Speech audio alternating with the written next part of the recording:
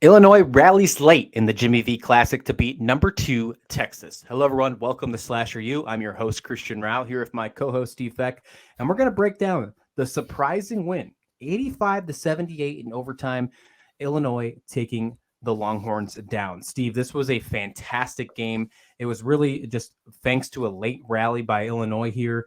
Terrence Shannon Jr. scored 12 of his 16 points in overtime. He did fantastic in that late period.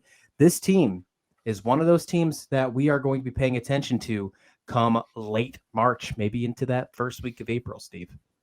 Yeah, I know the rankings tell us it was an upset, but for me, and I've watched just about every Illinois game now this year, if not in their entirety, at least going into the third quarter.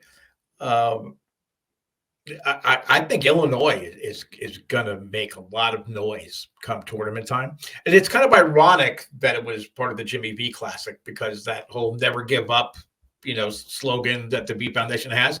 The Illini did not give up in this game. And they could easily have done that. Okay, and you're certainly talking about a Texas team that has earned its rather high ranking. But they scored 17 points off of 14 Texas turnovers. That's a team. That's not a number 2 team in the nation doing 14 turnovers. That's what hurts. But that's the kind of physical, in-your-face defense that Illinois plays. They're tough inside. They don't always win the rebound battles. But I guarantee you that those players that are in there fighting for those rebounds, they're having to ice down different parts of their body, post game and the next day because Illinois is just in your face. They are just, and then they can beat you, from the perimeter as well. It's for me. I didn't pay enough attention to Illinois. I think when we were looking at the preseason, I know that both of us had them relatively high in the Big Ten, but I don't think we gave this team nearly the credit that they deserve. I thought that Matthew Mayer played a terrific game. He's 8 for 10 from the floor, 21 points. You talked about Shannon. He had 12 of his points in overtime. Coleman Hawkins did a great job on the boards. They had a guy, and why am I drawing a blank on this? Jaden Epps. Epps. Don't have a blank on Jaden Epps. I got a full thing about this guy. Okay, well, I was gonna say. Basically, he scored the last 5 points to get the game to overtime. They have players that just step in at the right moment, and it's not always the same guy, and it's not always at the same phase of the game. But it seemed like Epps. You come the fourth quarter, it's almost like he's starting to salivate, saying, okay, this is my chance. This is my chance. This is my chance. So, a great win for Illinois. Texas, okay, you don't want to lose. You never want to lose. But, you could say they beat themselves because of the turnovers. But, Texas got beaten by a better basketball team for this night, at least for sure. Illinois was just the better team. Yeah. Speaking of Epps, just like you said, he scored the last 5 in regulation. That was a big deal. That was something that obviously is what turned him around. And I agree with you. In the fourth quarter, he just lights up. But that wasn't even his biggest thing he did in the fourth quarter. He blocked the final shot at the buzzer to get it to end of regulation. So he was just on fire in the fourth. He is what really put them in there. And then you speak about Matt Mayer. He's used to playing Texas. This is a transfer from Baylor, and he looked really good. He tied a career high with that 21 points in this one. So it looks like he likes playing Texas. That's something to keep in mind.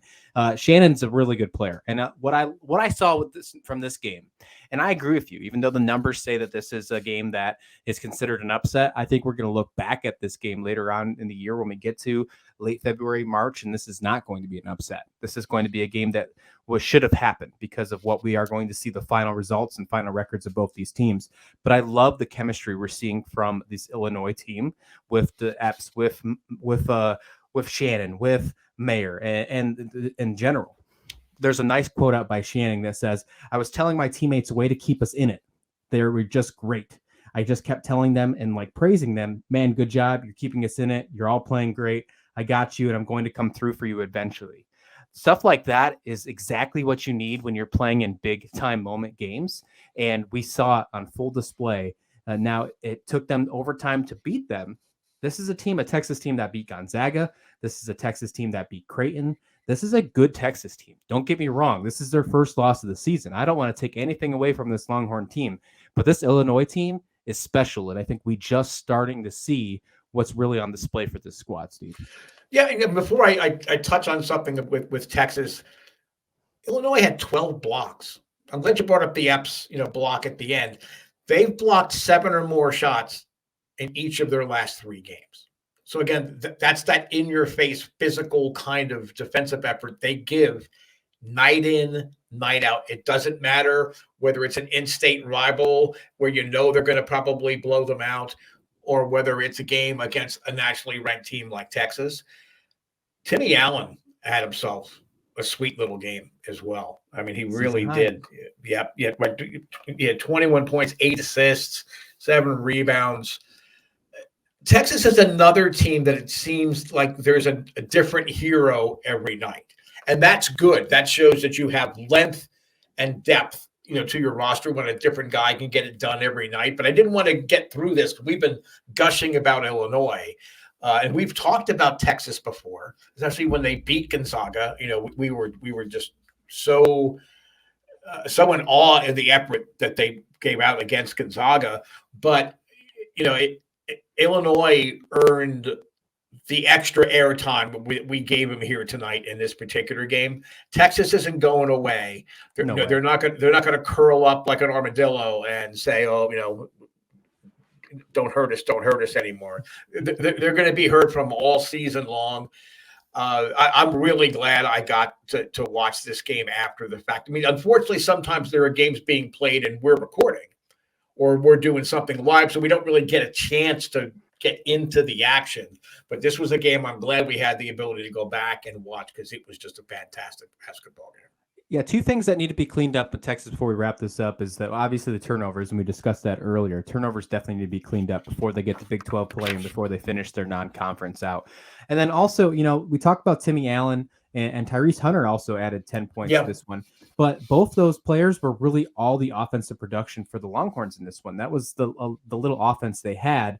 Even though this game went to overtime, they need to get more production from their other players. Now, the duo was a combined 13 of 29 from the field. The rest of the team missed 24 of the 40 shots. So they were only 16 for 40, the rest of the team. So that's something that needs to change. We need something that, keep that in mind moving forward for Texas. The rest of the rotation, I think they have a nice way to rebound. They play Pine Bluff on Saturday. Then they headed to Rice, and then we'll see Stanford, and then we'll get them towards the end of the year in Big 12 play, starting off against Oklahoma. I'm looking forward to seeing Texas play. I don't think they'll drop too far in the rankings in here, because I do think Illinois is a very good team, and I think the committee knows that. I think the writers are going to keep that in mind as well, and they're right back into it. Illinois, we get to see them on Saturday in a Big Ten matchup taking on Penn State. And that's going to be a really good game. What we've seen so far in Big Ten play has been nothing short of amazing. And I'm not surprised in the slightest, because that conference is always excitement, Steve. Yeah, and it's just one last point for me. I saw in one of the comments, and it wasn't, a Texas game, but one of our comments, and the person had said, "I don't understand why you're always talking about the NCAA tournament and it's November or it's December."